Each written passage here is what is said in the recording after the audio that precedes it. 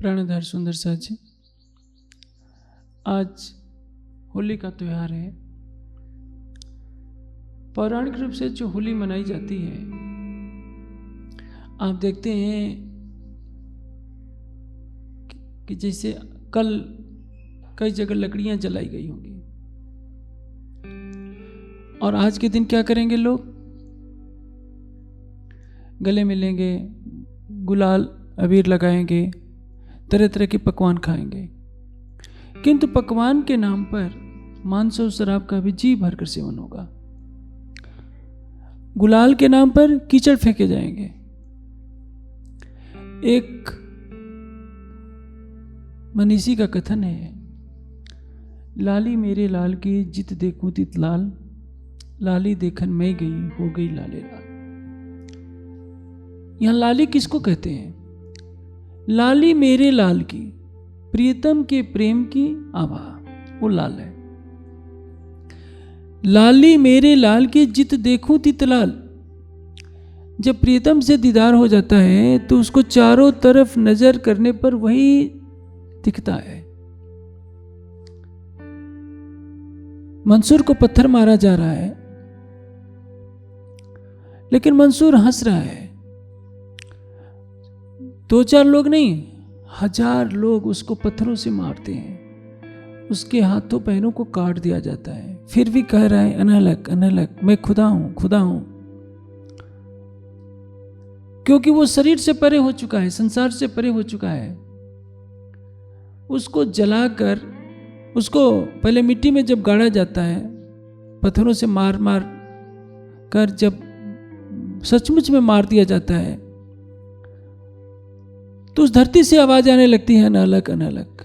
अब कट्टरपंथी मुल्ला सोचते हैं कि क्या किया जाए, तो उसके शरीर को जलाया जाता है। जलाने के बाद उसकी राख को चारों तरफ नदी में फेंक दिया जाता है। जहां तक राख जाती है वहां से आवाज आती है अनहलक अनहलक। अब सोचिए उसके हृदय की प्रेम में कितनी शक्ति है। मरने के बाद उसके शरीर की राख से भी अनहलक की आवाज आ रही है, मैं खुदा हूं मैं खुदा हूं। मैं खुदा हूं, इसका अर्थ क्या है? शरीर खुदा नहीं है, मन बुद्धि चित्त अहंकार खुदा नहीं है। उसकी जो मैं है, हक की मैं लेकर, मैं बिन मैं मरे नहीं, मैं को मारना मैं। मंसूर ने पहचाना कि ये तन तो सपना है, जो खुदा है वही बरहक वही सच्चा है, और जो मेरी रूह है उससे मिलकर उसके जैसे ही हो गई है, तो मेरी रूह भी हक हो गई है, हक से मिलकर हक हो गई है। मैं बिन मैं मरे नहीं, मैं को मारना मैं। जब तक परात्म की मैं नहीं आएगी हमारे अंदर, तो इस संसार की मैं नहीं जाएगी। जैसे आप संसार में इस माया की आंखों से हम देखते हैं कि हमारा रूप रंग बहुत सुंदर है, तो क्या कहते हैं? अरे मेरे जैसा कोई सुंदर नहीं। आपके पास बहुत धन आ गया तो क्या कहते हैं? और तो सब कंगाल है, मेरे पास इतनी प्रॉपर्टी है। आपके पास बहुत विद्वता आ गई तो उसकी माय आ गई कि मेरे जैसा कोई विद्वान नहीं। लेकिन एक बात सोचिए, कल्पना कीजिए कि आपका शरीर छूट गया, तो क्या आपके शरीर का सौंदर्य आपके साथ जाएगा? आपका धन आपके साथ जाएगा?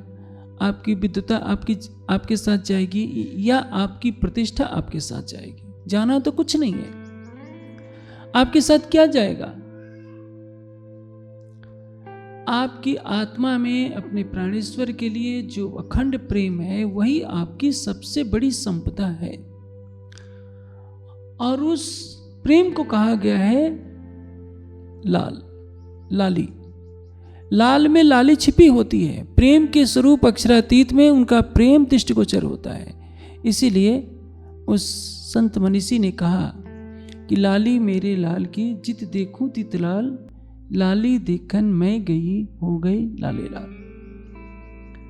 मैंने जब उसको अपने अंतक चक्षुओं से देखा तो मैं भी उसके प्रेम के रंग में डूब गई हूं, और जिधर देखते हैं उधर लाल ही लाल दिखाई देता है।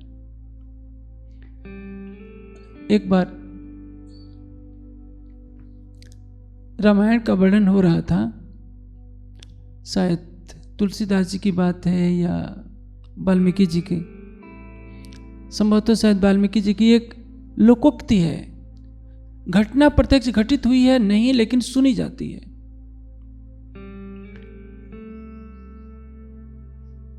वाल्मीकि जी वर्णन कर रहे थे कि जब हनुमान जी लंका में गए थे तो वहां बहुत सुंदर सुंदर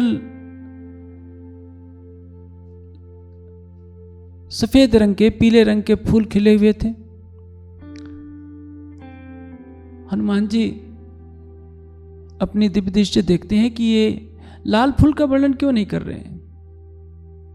प्रकट होकर ये कहते हैं कि वाल्मीकि जी महर्षि आप गलत लिख रहे हैं। गया तो मैं था, मुझे मालूम है कि लाल रंग के भी फूल खिले हुए हैं और आप लाल रंग का वर्णन ही नहीं कर रहे हैं। वाल्मीकि जी कहते हैं कि रावण के अत्याचार को देखकर और सीता माता के कष्ट को देखकर आपकी आंखें क्रोध से लाल हो रही थी, इसलिए आपको हर वस्तु लाल ही लाल दिखाई दे रही थी। और आप वैसा ही कह रहे हैं। आप कहने का आशय समझ गए।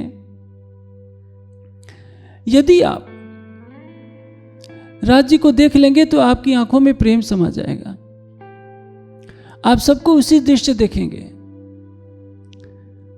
किंतु यदि आपने उस प्रेम के दर्शन नहीं किए तो आपको संसार में केवल माया ही माया दिखाई देगी।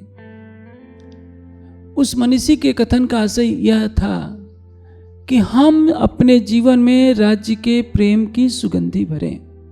यदि हम ऐसा कर लेते हैं तो हमारा जीवन धन धन हो जाएगा। यह होली का त्योहार इसी संदर्भ में मनाया जाता है।